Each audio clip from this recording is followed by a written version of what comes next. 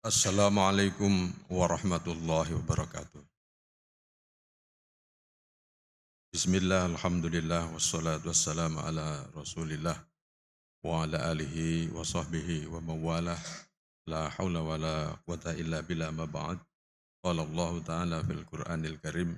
A'udzu billahi minasyaitonir rajim. Bismillahirrahmanirrahim. Syahrul Ramadan alladzi unzila fihi al-Qur'an hudan lin-nasi wa bayyinatin minal huda wal furqan. ومن كان مريضا أو على سفر فعدة من أيام أخر صدق الله العظيم. Ma'asyiral muslimin rahimakumullah, para sesepuh binispuh, wabil khusus Abah Azhar Haji Azhar Kombo yang saya hormati, dan seluruh jamaah sholat isya dan sholat tarwih di Masjid Buah yang dirahmati Allah. Marilah senantiasa tidak henti-hentinya kita mensyukuri nikmat Allah yang dianugerahkan pada kita, dan terutama nikmat Allah itu berupa kekuatan dan kesehatan serta kemauan kita di dalam konsistensi kita serta istiqomah kita di dalam menjalankan ibadah, khususnya di bulan Ramadan. Dan kita alhamdulillah sudah sampai ke pertengahan Ramadan ini. Di dalam salah satu hadis Nabi, riwayat dari Salman Al-Farisi, Ramadan itu dibagi menjadi 3. Fase pertama adalah fase ketika Allah memberikan rahmat kasih sayangnya kepada kita. Dan fase kedua adalah fase di mana Allah memberikan maghfirah, ampunan kepada kita. Dan fase ketiga nantinya adalah fase anti klimaks, di mana dalam hadis Nabi dikatakan adalah idkum minan nar, pembebasan kita dari neraka. Masyiral muslimin rahimakumullah. Tadi saya mengutip surat Al-Baqarah ayat 185. Syahrul Ramadan alladzi unzila fihil Qur'an. Ini yang merupakan bagian dari keistimewaan Ramadan. Kalau kita bicara mengenai keistimewaan Ramadan akan tidak habis-habisnya. Ya, salah satu di antaranya adalah Syahrul Ramadan alladzi unzila fihil Qur'an. Bulan Ramadan itu adalah bulan di mana diturunkan Al-Quran di dalam. Al-Quran itu kalam Allah. Kalam Allah diturunkan kepada manusia dalam bahasa manusia. Dan diturunkannya itu adalah secara bertahap, ayat demi ayat, sesuai dengan kebutuhan dalam kurun waktu panjang kepada Rasulullah Muhammad SAW. Al-Quran diturunkan di bulan Ramadan ini hudan linnas. Untuk apa diturunkan? Bukan untuk menjadi jimat, bukan untuk menjadi pajangan kita di rak-rak kita yang tidak pernah disentuh. Tapi Al-Quran itu dinyatakan di dalam surat Al-Baqarah 185 tadi, hudan linnas, sebagai petunjuk, suluh, ya, linnas. Di dalam narasi Al-Quran ini dikatakan bukan lil mu'minin, tapi linnas. Jadi nas dan mukmin itu beda. Kalau mukmin itu macam kita ini, orang-orang yang sudah beriman kepada risalah Muhammad SAW, sudah bertauhid, menjalankan syariat. Tapi kalau nas itu manusia, manusia secara umum. Jadi Al-Quran itu diturunkan pada Rasulullah Muhammad SAW adalah petunjuk bagi manusia secara menyeluruh, secara universal. Jadi kalau agama-agama yang kemudian tidak berkembang, itu dulu adalah agama yang sifatnya untuk keperluan umat tertentu. Seperti agamanya Nabi Musa misalnya. Sudah habis. Karena risalahnya untuk Bani Israel. Tapi kalau risalah kepada Rasulullah Muhammad itu adalah untuk manusia secara menyeluruh. Makanya di dalam narasi Al-Quran, kadang-kadang Al-Quran menyapa kita dengan menggunakan ya ayyuhalladzina amanu. Seperti surat Al-Baqarah ayat 183 yang sangat populer pada saat Ramadan seperti ini. Ya ayyuhalladzina amanu kutiba alaikumusiyam kama kutiba alal ladzina min qablikum la'allakum tattaqun. Yang diajak bicara oleh Allah adalah orang beriman, yaitu kita semua. Tapi ketika bicara mengenai soal-soal nilai-nilai kemanusiaan, nilai-nilai humanity, maka Allah menyapa dengan ya ayuhan nas. Itulah bagian dari keunggulan Al-Quran sebagai kitab suci yang dari dulu diakui oleh ahli-ahli sastra, oleh pakar-pakar bahasa, memiliki keunggulan yang tidak dimiliki oleh narasi-narasi teks-teks yang lain. Jadi kalau bicara mengenai hal-hal yang universal, ya ayuhan nas.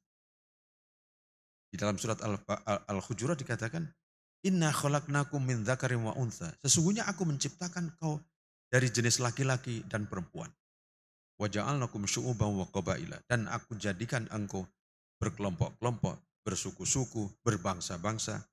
Lalu diakhiri lita'arofu. Di dalam kalimat terakhir itu lita'arofu. Allah menggunakan narasi dalam bahasa Arab itu namanya musyarakah. Dalam bahasa Inggris namanya mutual. Jadi Islam mengembangkan mutual respect antara orang satu dengan yang lainnya. Jadi jangan kita menjadi orang yang hanya ingin dikenal tapi tidak mau mengenal orang lain. Islam mengembangkan etika supaya kita kalau dikenal orang, kita juga balik berusaha ingin mengenal yang bersama. Jadi ada timbal balik dalam hubungan relasi antar kita. Al-Quran dikatakan sebagai hudan linnas, petunjuk bagi umat manusia secara universal. Wa bayyinati minal huda wal furqan, dan kemudian penjelas antara yang hak dengan yang batil. Nah, disitulah kemudian misi Al-Quran itu sejak diturunkan dia itu adalah mengoreksi secara total keyakinan-keyakinan, tradisi-tradisi yang ada di Jazirah Arab waktu itu. Ketika Rasulullah diutus usia 40 sebagai nabi, lalu turun wahyu, dia yang dihadapi adalah sebuah kekuatan masyarakat yang mendewa-dewakan kelompok atau istilahnya adalah tribalisme. Masyarakat dihinggapi semacam fobia terhadap apa yang dilakukan Rasulullah Muhammad. Karena apa? Karena Muhammad datang untuk mengembangkan ajaran kemanusiaan. Menyamaratakan. Manusia itu sama derajatnya. Berbeda dengan sistem sosial yang ada pada waktu itu. Di mana orang yang memiliki keturunan dari suku tertentu, maka dia itu memiliki kemuliaan. Walaupun dia tidak tahu apa-apa. Masyarul muslimin rahimakumullah. Jadi ajaran Islam itu ajaran egalitarianisme. Ajaran menyamakan kedudukan umat manusia. Yang dinilai oleh Allah memiliki kedudukan adalah orang yang atqakum, yang bertakwa di antara kalian. Jadi dengan begitu maka wajar sejak awal Rasulullah Muhammad dimusuhi. Bahkan anti klimaksnya adalah ketika ancaman itu sudah sampai mengancam jiwanya. Sehingga dia harus hijrah ke Madinah 400 kilo dari Mekah bersama pengikutnya karena ancaman itu sudah mengancam kejiwaannya. Untuk apa? Untuk tetap mempertahankan risalah dalam Al-Quran yang saya katakan tadi yang turun di bulan Ramadan. Jadi kalau kemudian di bulan Ramadan ini kita sebagai umat Muhammad mewarisi Al-Quran, sudah selayaknya kita melihat Al-Quran tidak lagi sebagai dokumen yang hanya tersimpan di rak-rak kita, tapi menjadi apa yang seringkali para ahli menyebutnya sebagai the living Quran. Atau Quran yang hidup di tengah-tengah masyarakat kita. Artinya apa? Artinya benar-benar kita itu harus merasa dituntun oleh Al-Quran dalam kehidupan sehari-hari. Kalau tidak, maka kehidupan kita itu adalah kehidupan yang hanya dipandu oleh tradisi, adat istiadat, dan kebiasaan yang makin lama makin melenceng dari akhlak etika. Apalagi kita sebagai bangsa besar, bangsa yang memiliki kekayaan yang luar biasa. Mineral, sumber daya alam, sumber daya manusia, 270 270 juta orang itu adalah bonus demografi yang kalau dimanfaatkan menjadi kekuatan yang luar biasa. Jadi dengan kata lain, kalau bangsa yang besar ini menempati wilayah yang tidak ada duanya, karena negara-negara lain mungkin berbentuk kontinental, kita ini berbentuk archipelago, berbentuk negara kepulauan, yang masing-masing menghasilkan hasil kekayaan yang luar biasa. Kekayaan laut, kekayaan mineral, kekayaan tambang, minyak, dan lain sebagainya. Kalaulah orang-orang yang diberi amanat itu, mereka menjalankan sesuai dengan ketentuan agama. Ya. Allah memerintahkan kita untuk innallaha ya'murukum an tu'addul amanati ila ahliha. Allah memerintahkan kita untuk menunaikan amanat. Kalau kita dikasih amanat sebagai orang yang mengendalikan hajat hidup banyak orang di negeri ini, maka tunaikan sebaik-baiknya.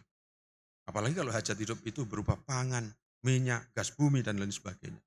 Kalau itu ditunaikan, bangsa ini akan menjadi bangsa yang kemaripah, makmur, menyeluruh ke seluruh Indonesia. Hanya kita masih prihatin, dan karena itulah maka tentu kita tidak boleh merasa lelah untuk senantiasa berdakwah, karena Nabi selalu menunjukkan sikap yang konsisten. Barang siapa yang mengetahui kemungkaran, man ra'a minkum mungkaran, falyughayyir biyadihi. Kalau ada orang yang mengetahui adanya kemungkaran, kebatilan, hendaklah dia berusaha untuk merubah dengan power dan kekuatannya. Biyadihi itu artinya power. Kalau dia seorang yang memiliki kekuasaan, memiliki jabatan, rubahlah kemungkaran itu dengan power kekuasaan itu. Jangan malah hanyut di situ. Kalau itu nggak bisa, ya, kalau itu nggak bisa, maka fa'ilam yastati fabilisanihi. Kalau itu nggak bisa karena nggak punya nyali, maka rubahlah dengan lisan. Dakwahlah, kasih nasihat orang. Jangan seperti itu yang bisa menyengsarakan banyak orang. Kalau itu saja nggak bisa, maka yang terakhir itu, yang itu disindir. Fa'ilam yastati, kalau itu saja nggak berani, ngomong nggak berani, punya kekuasaan tumpul, maka ya sudah. Yang terakhir itu fa'ilam yastati fa biqalbihi. Ya sudah, kalau begitu dakwah dengan hati. Nah, Bapak-bapak bisa membayangkan dakwah dengan hati itu gimana? Wong enggak ada ucapannya. Karena hati. Apa? Yang penting saya tidak. Nah, kalau sudah kayak begini, ini menunjukkan umat yang lemah. Jadi oleh karena itu, ketika Al-Quran memberikan predikat kepada kita, kuntum khairu ummatin. Kalian semua, kita semua ini dikasih predikat oleh Allah sebagai khairu ummah. Khairu itu adalah tingkat superlatif. Dalam bahasa Inggris, you the best. You are the best umat. Loh, kita ini umat yang terbaik. Ya. Kenapa? Ukhrijat linnasi ta'muruna bil ma'ruf wa tanhauna 'anil munkar. Karena Anda memiliki keberanian untuk menyuruh kepada kebajikan dan mencegah kepada kemungkaran. Nah, itulah sebabnya maka marilah saya mengajak diri kita semua untuk umat Islam sebagai umat terbesar di negeri ini. Kita berusaha menjadikan negeri ini sebagai negeri yang konsisten di dalam menjalankan aturan, regulasi, hukum, ya, yang itu menuju baldatun thayyibatun warabun. Dan Ramadan adalah saat-saat pembelajaran yang luar biasa. Kenapa? Karena di Ramadan kita itu dilatih. Ibaratnya kita itu masuk sebuah training center. Masuk bulan Ramadan, Rasul memberikan nasihat pada kita, telah datang Ramadan, bulan yang penuh berkah. Nah, punah berkah. Apa itu berkah? Berkah itu ulama memberikan definisi, barokah itu ziyadatul khair. Yaitu tambahnya nilai kebaikan pada sesuatu. Atau additional value pada sesuatu. Kalau orang punya harta yang sama dengan yang dimiliki orang lain, kadang-kadang kita melihat harta yang dimiliki Pak ini, walaupun jumlahnya sama dengan Pak B, tapi kok terlihat yang dimiliki Pak A ini lebih bermanfaat, lebih ditasarufkan untuk hal-hal yang positif, lebih kelihatannya tidak habis-habis. Ya, itu namanya harta yang barokah. Tapi kalau hartanya nggak barokah, itu ada saja. Terpakai untuk hal-hal yang tidak banyak manfaatnya. Bagi orang sekeliling, bagi masyarakat. Dan kelihatannya ada saja masalah yang menjadikan harta dia harus terkuras habis oleh itu. Ini namanya tidak barokah. Jadi kalau Ramadan dikatakan oleh Nabi adalah syahrul barokah. Disitulah letaknya, maka kita wajar kalau berlomba-lomba di bulan Ramadan itu kita hidupkan malam-malam itu dengan qiyamul lail, membaca Al-Quran, supaya Al-Quran itu tetap menjadi sesuatu yang hidup di tengah-tengah kita. Sekarang tidak ada alasan saya tidak bisa baca Al-Quran, karena TPQ sudah tersebar di mana-mana.